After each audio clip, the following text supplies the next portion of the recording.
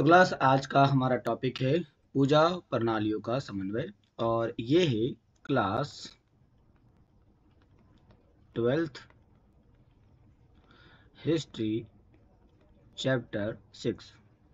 तो आज हम बात करने वाले हैं कि हमारे पास सूफी और भक्ति परंपरा में पूजा प्रणालियों के बीच में किस प्रकार का समन्वय देखने को मिलता है।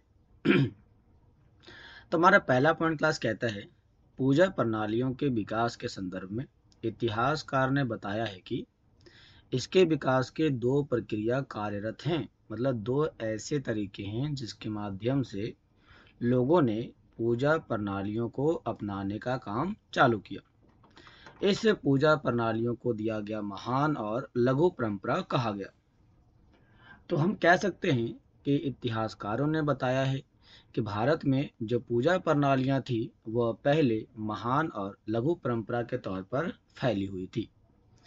तो अब बात आती है हमारे पास कि महान और लघु अर्थात ग्रेट एंड लिटिल या स्मॉल ट्रेडिशन क्या है, इसके बारे में बात करते हैं क्लास।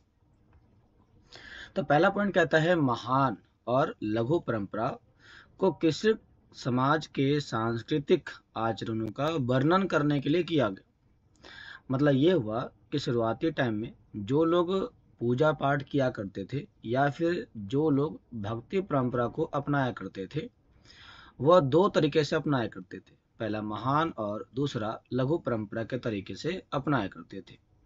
ये दोनों तरीके जो अपनाया गया वह कृषक अर्थात किसानों के समाज के सांस्कृतिक आचरण के आधार पर अपनाया गया, जिसमें उनके आचरणों का वर्णन किया गया है कि वह किस प्रकार से महान और लघु परंपरा को अपनाया करते थे।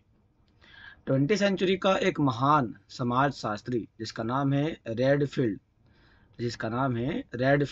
रेडफील्ड ने देखा कि किसान उन पद्धतियों और कर्मकांडों का पालन करते थे जिसका समाज के प्रभुत्वशाली और उच्च वर्ग के द्वारा उपयोग किया जाता था। मतलब ये हुआ कि रेडफील्ड ने बताया कि भारत के अंदर या भारतीय उपमहाद्वीप के अंदर जो किसान लोग हुआ करते थे वह किसान कुछ ऐसे तरीकों का इस्तेमाल करते थे भक्ति करने के लिए जो तरीके समाज के बड़े बड़े प्रभुत्वशाली लोगों के द्वारा अपनाया गया था। तो जो समाज के लोग प्रभुत्वशाली तरीके से अपनाए गए तरीके को अपनाते थे उन्हें रेडफील्ड ने नाम दिया महान परंपरा की संज्ञा दी। तो बात आती है महान परंपरा क्या होती है। महान परंपरा उस परंपरा को कहा जाता है जिसमें भक्ति की पूजा पाठ करने के लिए किसान के द्वारा उन तरीकों का इस्तेमाल करना जो समाज के बड़े समृद्धशाली लोगों के द्वारा किया गया या उच्च वर्ग के लोगों के द्वारा किया गया, उस प्रथा को हम महान परंपरा के नाम से जानते हैं। इसी के बारे में आगे कहता है कि समाज के कुछ अन्य किसान, समाज में दो टाइप किसान हुआ करते थे, एक अमीर और दूसरे गरीब। तो कुछ लोग ऐसे भी थे जो अन्य लोकाचारी का भी पालन करते थे। तो ये लोकाचारी क्या होती है? आपने सुना होगा ज़्यादातर समाज में महिलाओं को सुनते हुए कि समाज में हमारा बहुत बड़ा इज्जत है, हमारी प्रतिष्ठा है। हमारा लोकाचार अर्थात लोगों के बारे में या लोगों के बीच में हमारा जो रुतबा है, आचार विचार है, उन्हें लोकाचार के नाम से जानते हैं, ये पालन करते थे। कुछ लोग का मानना था कि समाज के अंदर कभी भी अपनी व्यवस्था को भंग नहीं करना चाहिए या ख़त्म नहीं करना चाहिए। तो जो लोग प्राचीन परंपरा को अपनाते थे, आगे बढ़ाते थे, उन्हें लोकाचार कहा करते थे। और कुछ समाज ऐसे ही थे जो इस प्रकार के लोकाचार को आगे भी बढ़ाया करते थे और पालन करते थे। ऐसे जो महान परिपाटी से अलग थे और इन्हीं को लघु परंपरा कहा गया, क्योंकि ये लोग कभी भी उच्च वर्ग के जातियों के, समृद्ध वर्ग की जातियों के बारे में या उनके द्वारा अपनाए गए भक्ति परंपरा को या पूजा प्रणाली के परंपरा को कभी भी नहीं अपनाया करते थे, वह उससे अलग रहा करते थे। इसीलिए इस परंपरा को बोला गया है लघु परंपरा बोला गया है। इसका जो प्रसार होता है वह पौराणिक मतलब प्राचीन टाइम के जो ग्रंथ हुआ करते थे उनमें इनकी रचना कर दी गई, इनका संकलन कर दिया गया और परिरक्षण कर दिया गया।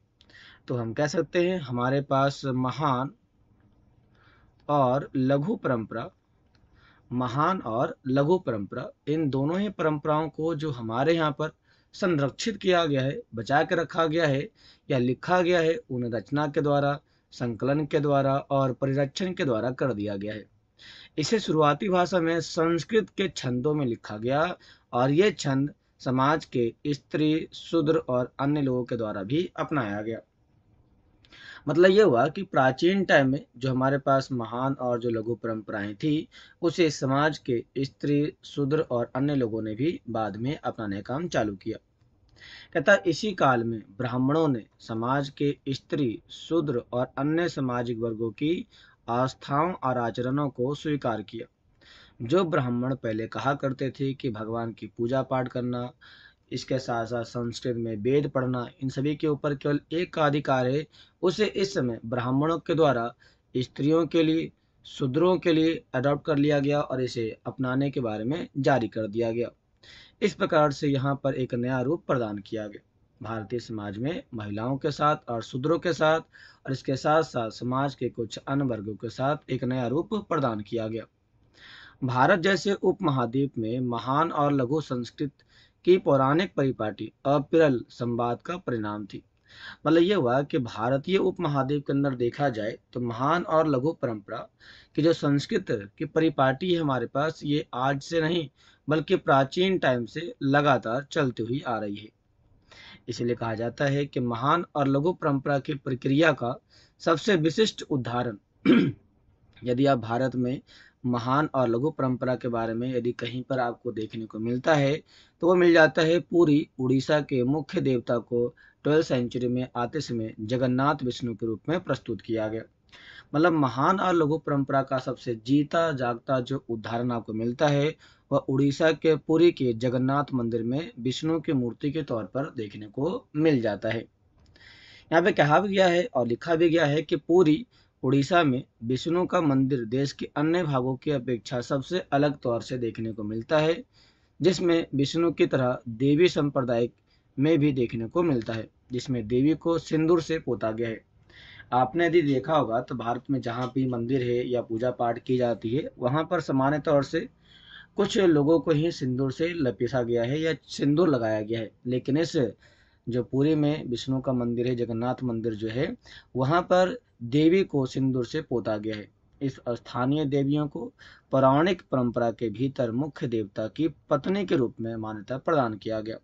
मतलब ये हुआ कि जगह पर माता का वर्चस्व अधिक मात्रा में समाज के अंदर देखने को मिल जाता है। तो यहाँ पे कहता है हमारे पास, हमने यहाँ पे देखा कि किस प्रकार से हमारे यहाँ पूजा प्रणालियाँ अपनाई गई और किन देवताओं के लिए किस प्रकार से तरीके को अपनाया गया, और पूजा पाठ करने के लिए हमने कौन कौन सी परंपराओं को अपनाने का काम चालू किया। तो ये थे आज के टॉपिक में महान और लघु परंपरा के बारे में विस्तार से जानकारी। अगले क्लास में हम बात करेंगे भेद और संघर्ष के बारे में, बात करेंगे कि किस प्रकार से यहाँ पर कुछ लोगों के बीच में समस्याएं पैदा हुई पूजा पाठ करने के तरीकों को लेकर के, और कुछ लोगों के बीच में किस प्रकार से उनको लेकर के समस्याएं पैदा नहीं हुई, अर्थात उन्होंने समर्थन किया।